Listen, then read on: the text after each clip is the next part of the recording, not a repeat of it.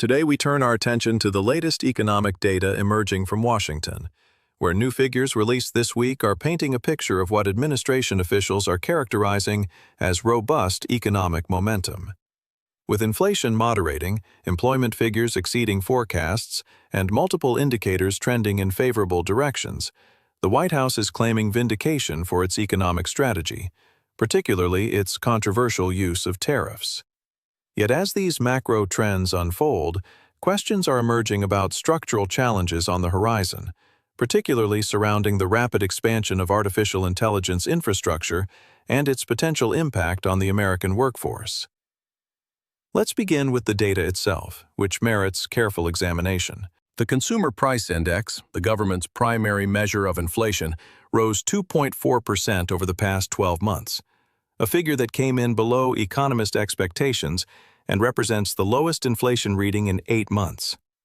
This deceleration in price growth is significant, particularly when we consider the inflationary pressures that characterized much of the previous administration.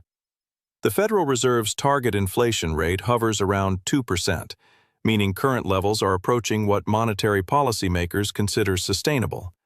A key driver behind this moderation appears to be energy costs. Year over year, overall energy prices have declined by 0.1%, while gasoline prices specifically have dropped 7.5%. Administration officials are attributing this to policy initiatives aimed at expanding domestic energy production and reducing regulatory barriers to American energy independence.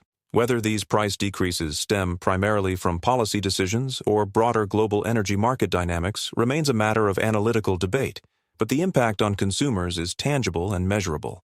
Perhaps more significant for American households is what's happening to real wages, that is, wages adjusted for inflation.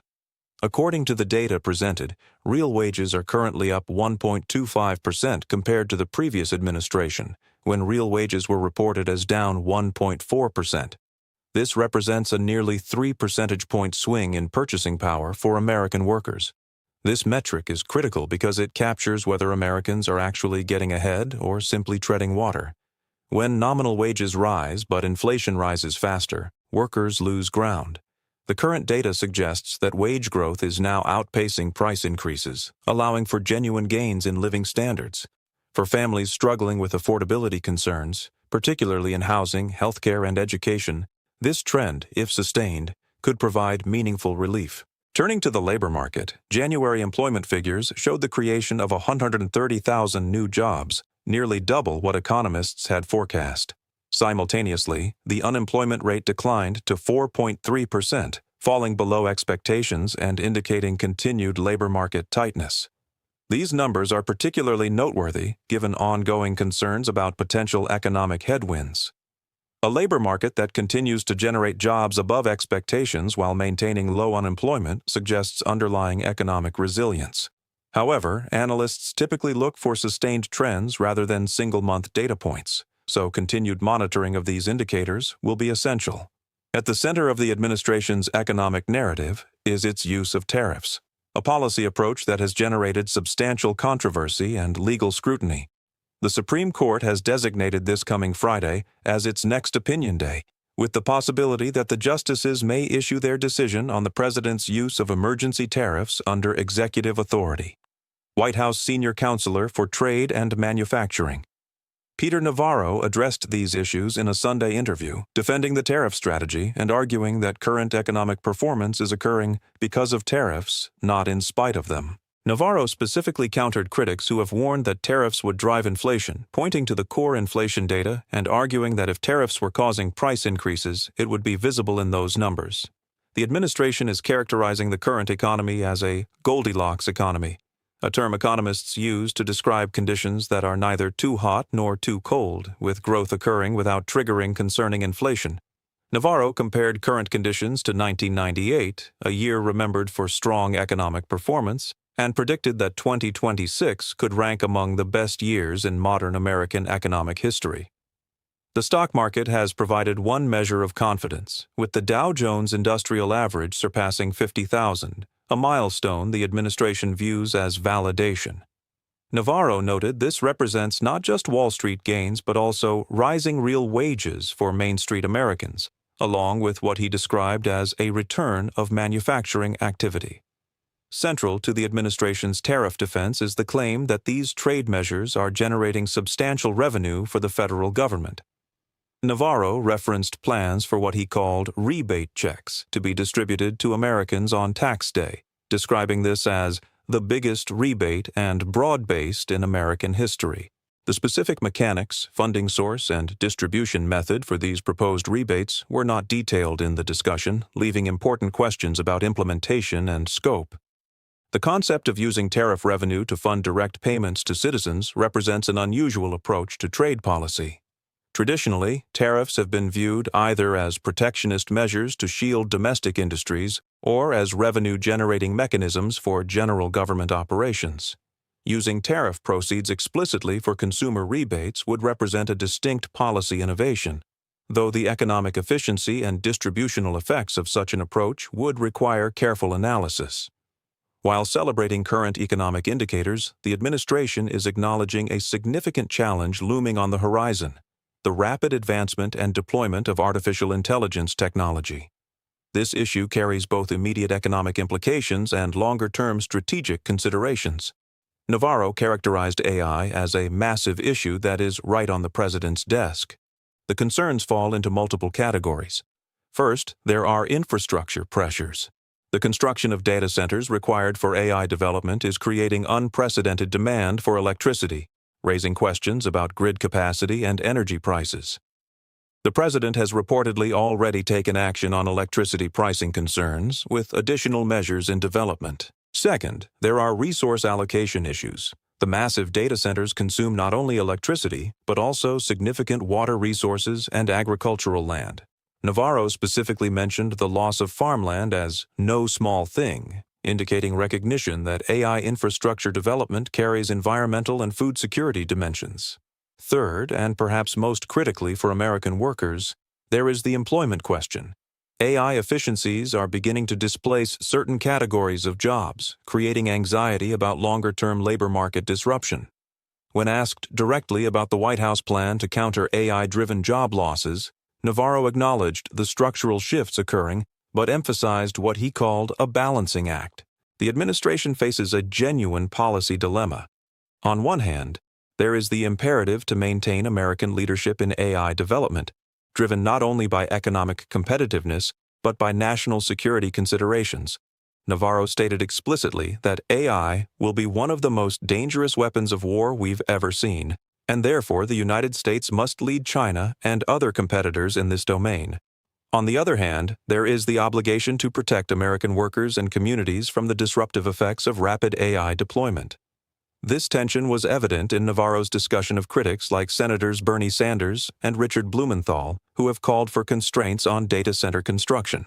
Navarro dismissed what he called the Luddite approach, referring to the 19th century workers who destroyed industrial machinery, while insisting the administration must ensure the American people are not hurt.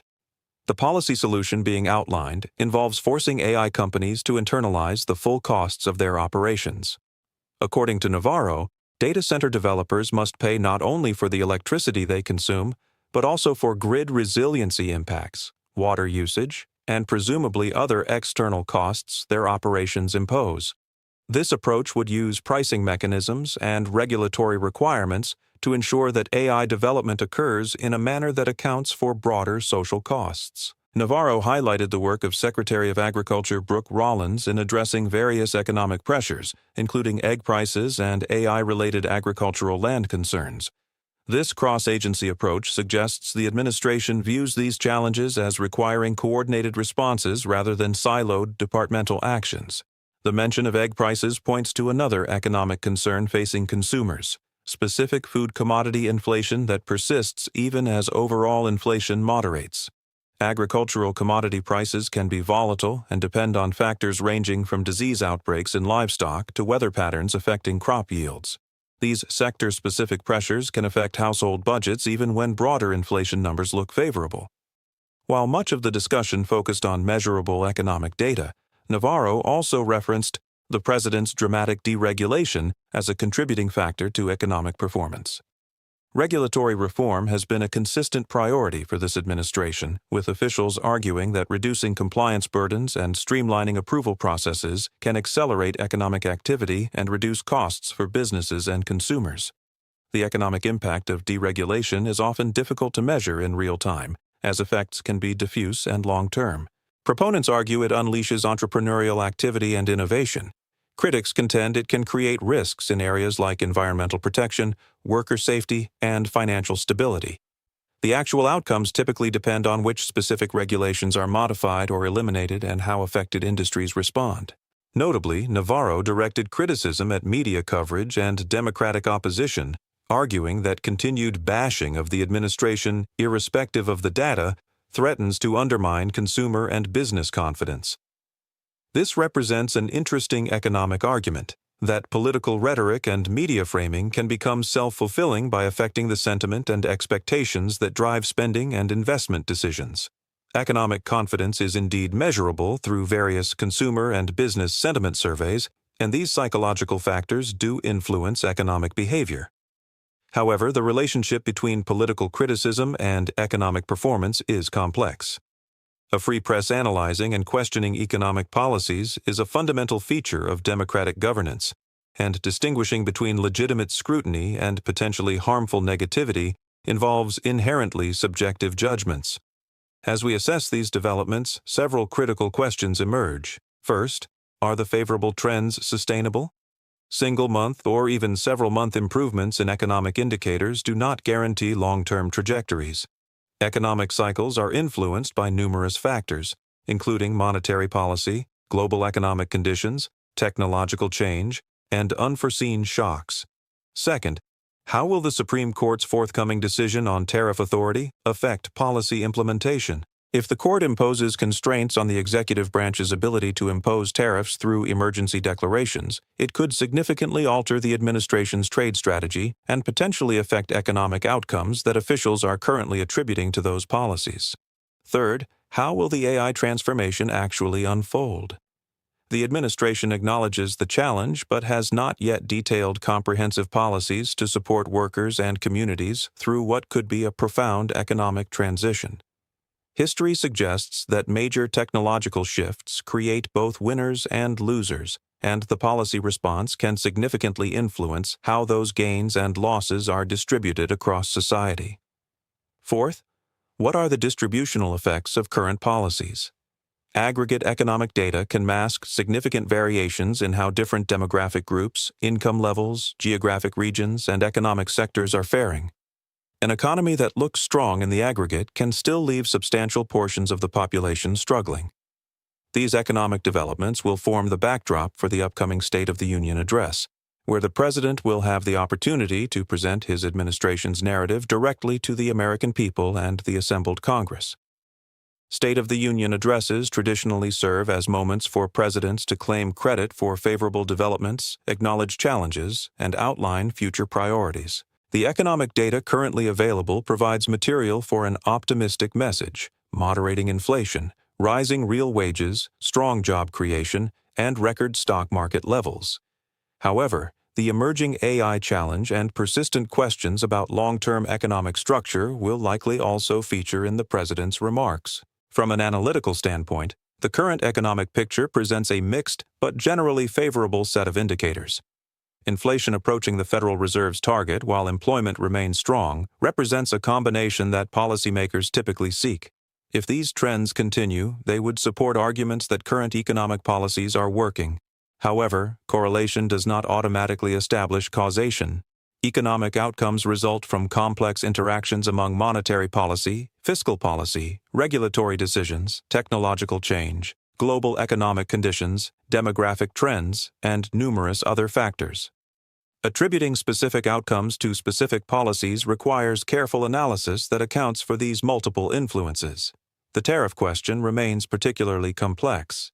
Economic theory generally suggests that tariffs increase costs for consumers and can trigger retaliatory measures that harm exporters. However, proponents argue that strategic use of tariffs can protect domestic industries, generate revenue, and create leverage in trade negotiations. The actual effects depend on numerous factors, including the size and scope of tariffs, how trading partners respond, how revenue is used, and what alternative policies might have achieved. Tonight's analysis reveals an administration claiming economic success based on recent data showing moderating inflation, rising real wages, and strong employment figures. Officials argue that controversial tariff policies are contributing to rather than hindering economic performance, with the Supreme Court poised to weigh in on the legal authority underlying those measures. Simultaneously, the White House is grappling with the emerging challenge of artificial intelligence deployment, a technological transformation carrying profound implications for energy infrastructure, agricultural land use, and labor markets.